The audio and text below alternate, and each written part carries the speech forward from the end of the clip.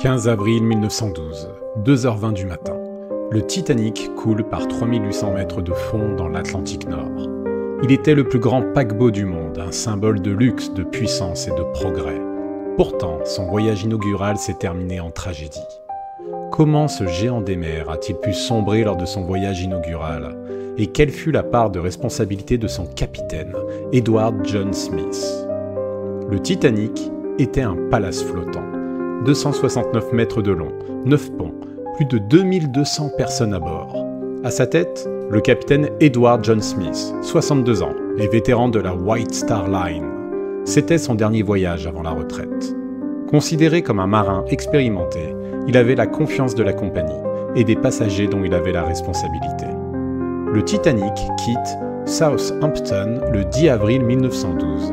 Aucun exercice de sauvetage ne sera effectué pendant la traversée.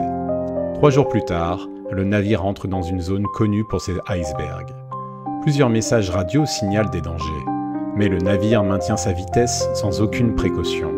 Plus de 22 nœuds, malgré les alertes. Pourquoi si vite?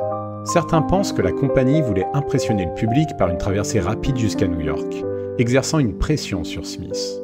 D'autres accusent l'excès de confiance du capitaine, dans une époque fascinée par la technologie et ses innovations. À 23h40, au large des côtes de Terre-Neuve dans l'Atlantique Nord, l'iceberg est aperçu. Une masse de glace de 17 mètres de haut pour 1,5 million de tonnes. Il est trop tard pour manœuvrer.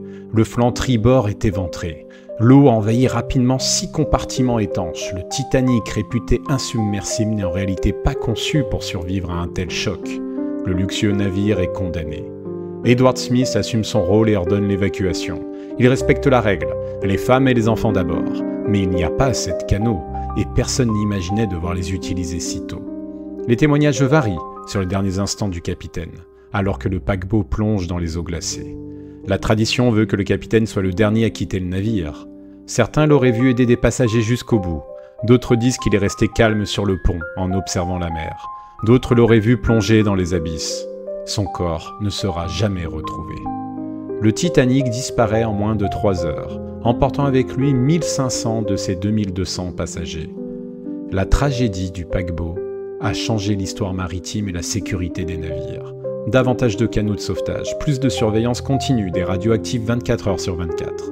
Mais l'image du capitaine Smith, entre honneur, erreur et fatalité, reste l'un des symboles les plus marquants de ce drame.